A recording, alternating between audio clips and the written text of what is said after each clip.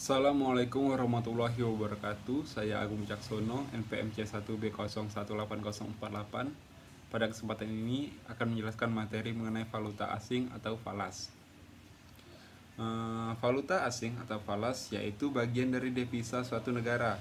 Devisa merupakan setiap kekayaan yang ada pada suatu negara yang berada di luar negeri dengan wujud bisa berupa barang, jasa, ataupun mata uang yang dipakai sebagai alat perdagangan lintas negara.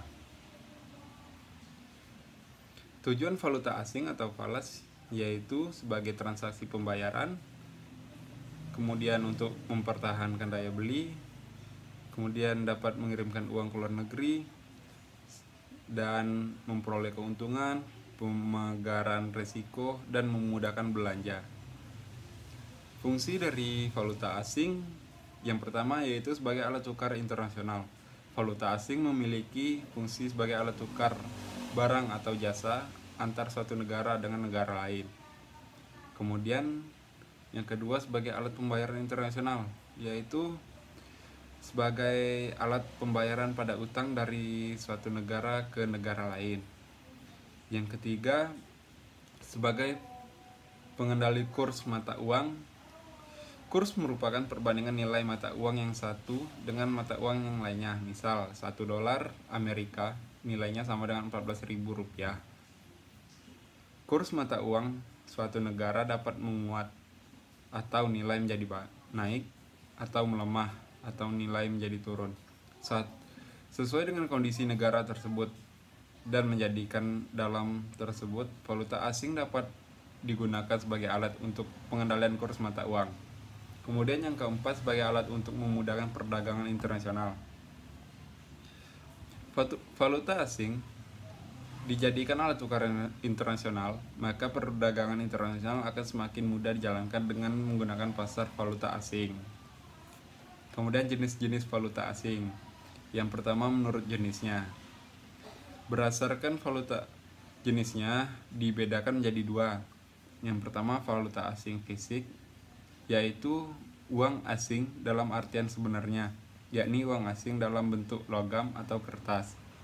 Yang kedua, valuta asing non-fisik, yaitu uang asing dalam bentuk uang giral atau surat-surat berharga, misal cek, wesel, travelers, dan lain-lainnya.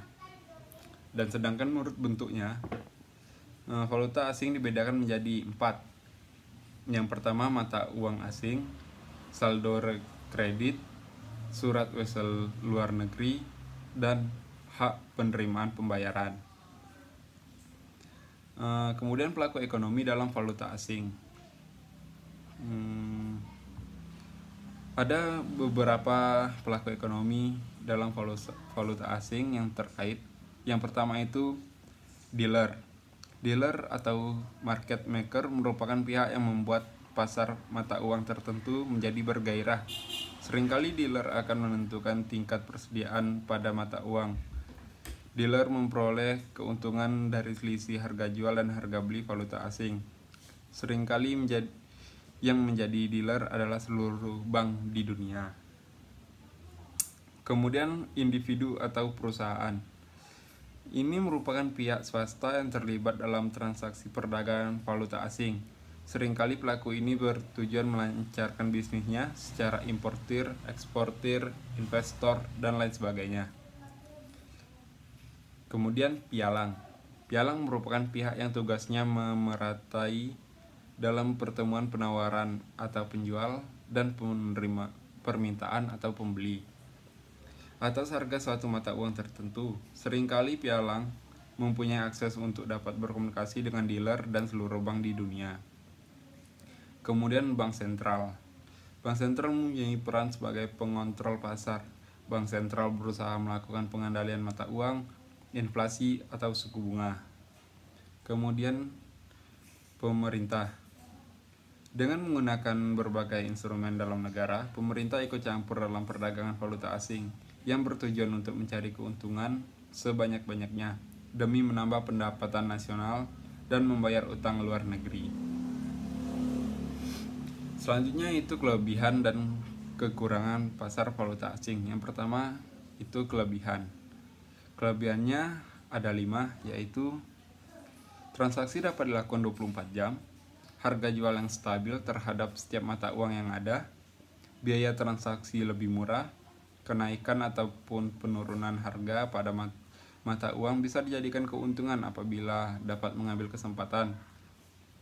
Yang terakhir, daya beli investor melebihi jumlah modal yang ada. Kemudian kekurangan pasar valuta asing.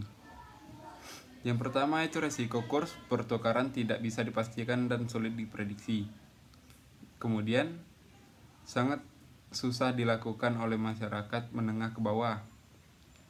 Dan terakhir, asal negara menjadi pengaruh kesuksesan karena terdapat resiko yang muncul akibat campur tangan dari pemerintah pada mata uang yang diperdagangkan.